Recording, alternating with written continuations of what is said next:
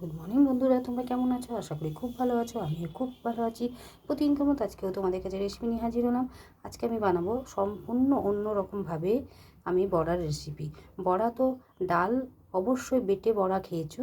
আমি আজকে না বেটে কিভাবে পকোড়া বা বড়া বানানো হয় তাই তোমাদের সাথে শেয়ার করতে চলেছি। দেখো বন্ধুরা, তার জন্য আমি 1-2 ঘন্টা ধরে 1-1.5 ঘন্টা 2 ঘন্টা পর্যন্ত আমি ডালটাকে ভিজিয়ে দিয়েছিলাম 50 গ্রামের মতো। আর দেখো খুব ভালো মতন ভিজে গেছে।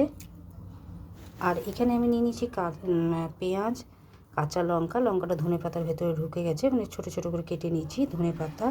এখানে নিয়েছি একটু লঙ্কার গুঁড়ো, নুন নিয়ে নিয়েছি। এখানে নিয়ে নিয়েছি 3 চামচ মতন বেসন আর 1 চামচ মতন চালের গুঁড়ো, যাতে আরও মুচমুচে ভাবটা আসে, তাই একটু চালের গুঁড়ো নিয়ে নিয়েছি। চলো বন্ধুরা, এই সমস্ত উপকরণগুলো আমি খুব ভালো করে মিশিয়ে নেব। আর এই ডালটা আমি জল থেকে ভালোভাবে ছেঁকে তুলে নেব। দেখো বন্ধুরা, ডালটাও আমি জল থেকে ছেঁকে তুলে নিলাম। আর চালের গুঁড়োটাও আমি দিয়ে দিচ্ছি, বড় চামচের 1 চামচ মতো। এবারে আমি খুব ভালো করে হাত দিয়ে মিশিয়ে নেব। দেখো বন্ধুরা, বাটার ঝামেলা ছাড়াই পকোড়া কীভাবে হয়, আর খেতেও দারুণ মুচমুচে আর ক্রাঞ্চ হবে, আর খেতেও দারুণ লাগবে গরম গরম ভাতের সাথে বা চায়ের সাথে। যেরকম তোমরা শেপ চাইবে সেরকমই দিতে পারো, লম্বা গোল যেরকম দেবে। আর দেখো, একদম অল্প উপকরণে ঝামেলা কষ্ট ছাড়াই এই পকোড়াটা বা বড়া বলো, যেটাই বলবে সেটাই তৈরি হয়ে যাবে। আমি একে খুব ভালো করে মেখে নিই, তারপর তোমাদের কাছে আমি হাতটা ধুয়ে ফিরে আসছি। দেখো বন্ধুরা, খুব ভালো মতো মেখে নিয়েছি। এবারে আমি হাতটা ধুয়ে চলে এসেছি। আর দেখো, কড়াই আমি রিফাইন অয়েল তেল গরম হতে দিয়ে দিয়েছি। এবারে আমি বড়ার শেপে বা লম্বা লম্বা যেরকম বলবে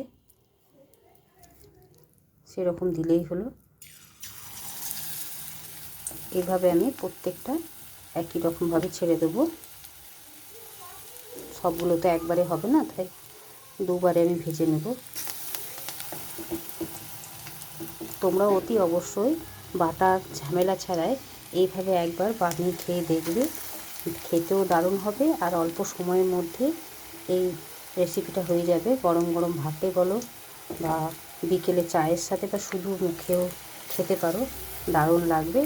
আর মুচমুচে ক্রাঞ্চ হবে দারুণ। এমনিতেই ডালটা যাতে তোমার বাটা হয়নি সেই কারণে, তারপর আরও একটু দেওয়া হয়ে গেছে চালের গুঁড়ো, সেই কারণে আরও বেশি মুচমুচে ভাবটা থাকবে আর খেতেও দুর্দান্ত লাগবে।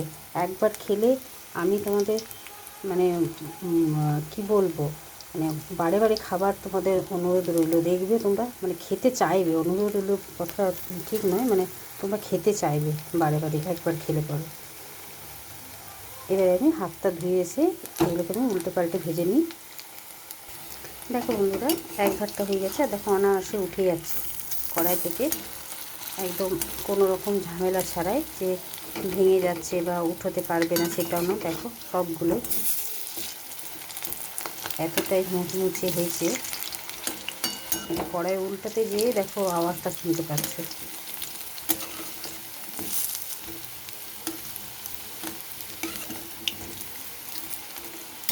এগুলো ভেজে তুলে নিয়ে তারপর বাকিগুলো একই রকমভাবে ভেজে নেব। দেখো বন্ধুরা, বাকিগুলো একই রকমভাবে ভেজে নিচ্ছি, উল্টে পাল্টে নিলাম। আর আগেরগুলো দেখো ভাজা হয়ে গেছে। দেখো কতটা একটা মুচমুচে ক্রাঞ্চ হয়েছে, দেখছো? এই দেখো আওয়াজটা, দেখো কতটা। এই দেখো,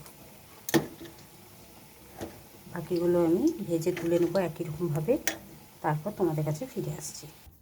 দেখো বন্ধুরা, আমার তৈরি হয়ে গেল একদম বাটার ঝামেলা ছাড়াই বড়ার রেসিপি, বড়া ডাল বাটা ছাড়াই তোমার বড়ার পকোড়া বা বড়া বলো ডালের, তৈরি হয়ে গেল। তোমাদের কেমন লাগলো অতি অবশ্যই কমেন্ট করে জানাবে। আর বাড়িতে একবার হলেও খেয়ে দেখবে বা বানাবে, তারপর আমাকে কমেন্ট করে জানাবে যে কেমন লেগেছে।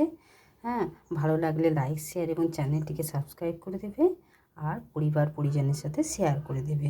আজকের মতো এতটুকুই। কালকে আবার অন্য কোনো রেসিপি নিয়ে হাজির হব। সুস্থ থেকো, ভালো থেকো, তোমরা আমার বন্ধু হয়ে পাশে থেকো।